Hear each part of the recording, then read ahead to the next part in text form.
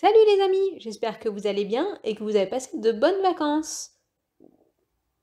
Aujourd'hui, j'ai décidé de vous lire une histoire qui s'appelle La maîtresse de Lulu a disparu de Daniel Picouli. Vous êtes prêts? Bien installés? Alors c'est parti. Lulu vérifie pour la 36e fois son cartable avant de partir à l'école. Il manque quelque chose, mais quoi? Non, ce n'est pas son bâton de colle, ni sa belle règle en bois, ni ses livres de calcul, d'histoire et de géographie, ni ses cahiers de travail ou de poésie. Qui veut me mettre en retard pour de bon et me faire attraper une grosse punition? La voici, la voilà, cachée sous une feuille, sa jolie gomme en forme de cœur. Vite, rangeons-la dans la plus petite poche. Non, ne prenons pas le coquillage doré, ni les perles de couleur. La maîtresse les confisquerait. Un cartable n'est pas la caverne d'Ali Baba. Allons, pressons. Lulu entend déjà sonner la cloche. Sioup, par la fenêtre. Oh, que son cartable est lourd. Il doit peser 10 Lulu au moins. Sur le chemin, Lulu rejoint ses amis. Bavouille l'escargot récite sa poésie. À Chantefaux le rossignol. Belote et rebelote, les belettes rigolotes, peinent sur cette méchante table des trois. Qui a plus de chiffres? Quel nom de doigts? Tiens, mais qui arrive dans l'autre sens? C'est rien ne sert, le lièvre même par où, avec son petit air par en dessous et ses mains cachées dans le dos. Qui? Que? Quoi? Mais moi? Quel dos? Quelle main? Non, pourquoi? Vraiment, ce lièvre est un drôle de coco. Laissons-le, nous ne sommes pas en avance. Arrivés en haut de la montée, Lulu et ses amis s'arrêtent à la vue de leur école. Comme chaque jour, que fabrique l'année? Leurs yeux et leur cœur d'école, elle est si belle. Son toit, sa cheminée, et sa cloche qui étincelle, sa cour fleurie, et le grand arbre pour l'ombrager, son banc, sa marelle, et tous les secrets qu'elle saura garder pour elle. Yopi, yopa, on ne sait qui a donné le signal, mais c'est la course, l'envolée générale. Comme chaque matin, c'est à qui touchera en premier le tronc du gros sapin. Prems, deux, trois, dernins. On souffle, on rit, c'est le bonheur. Mais on n'entend rien. Rien de rien. Pas la voix de la maîtresse qui dit « En rang, allez en rang !» ni la cloche qui ajoute « Sur 2 lignes, sur 2 lignes !»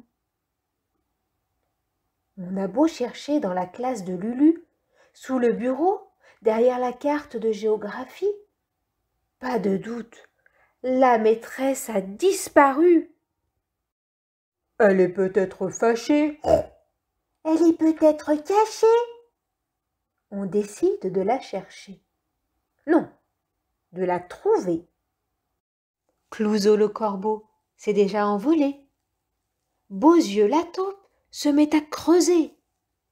Lulu court partout, comme une dératée. Rien, 1000 fois rien.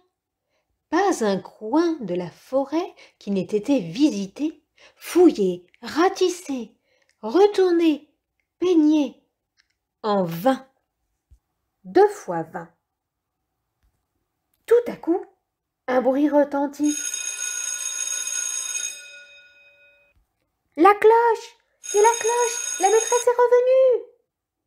De partout on accourt au signal de Lulu. Silence! Asseyez-vous sans bavarder. Lulu trouve que la maîtresse a une drôle de voix aujourd'hui. Prenez vos cahiers de dictée. Lulu trouve que la maîtresse a une drôle de coiffure aujourd'hui. Le lièvre et la tortue. Notez. Lulu trouve que la maîtresse a une drôle d'écriture aujourd'hui. Écoutez bien, je relis la fin du lièvre et de la tortue. Se mesurer au lièvre ne sert à rien, car des animaux, il est le plus malin. Maîtresse, ce n'est pas ça dans l'histoire que j'ai lue. Silence, Lulu, la maîtresse a toujours raison. Quand même, on peut poser des questions. Tortue insolente et lente. Va au coin. Lulu est triste. Sa maîtresse ne l'aime plus. Maintenant, calcul. Prenez vos cahiers. Ouf, Lulu n'aime pas trop compter. Elle est bien contente d'être punie. Les chiffres, ce ne sont pas ses amis. Nous allons apprendre la table des 14. Maîtresse, c'est beaucoup trop. Silence. 14 fois 1, 14. 14 fois 2, 27.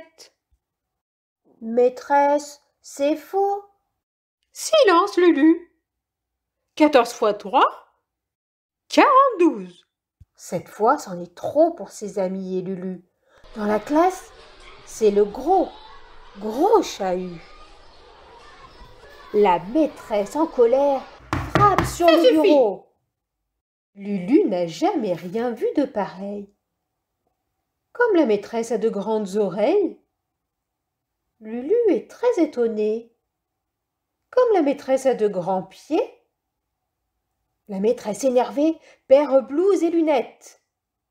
Et qui voit-on en dessous avec ses petits airs bêtes? Rien ne sert, le lièvre même pas roux, même pas malin, et même pas malin du tout. Toute la classe en ébullition l'entoure de questions. Qu'as-tu fait de notre maîtresse bien-aimée? Tu l'as enlevée, ligotée, bâillonnée, enfermée? Non, non, non, je vous jure que... Ma parole, il bafouille comme un loup bleu. Je voulais juste être maîtresse une fois, savoir ce que ça fait de faire la loi. Être maîtresse, ce n'est pas ça. Toute la classe se tourne vers la porte d'entrée. La maîtresse, la vraie de vraie, est là. Je suis très étonnée que vous n'ayez pas trouvé le mot laissé pour vous prévenir que j'étais partie à l'école des maîtresses ce matin. Alors, révisons vos tables de multiplication. La table des 14, maîtresse? Des 14? Quelle drôle d'idée! Celle des 3 me paraît plus indiquée. La classe rit, sauf rien ne sert, qui cache dans sa main le mot de la maîtresse chapardé ce matin. Que c'est bon de retrouver sa maîtresse, se dit Lulu, surtout quand on croyait l'avoir perdue. Et voilà les amis, l'histoire est finie, j'espère qu'elle vous a plu. En attendant, laissez-moi vous souhaiter une excellente année scolaire. Allez, à la prochaine! Bonne rentrée à tous!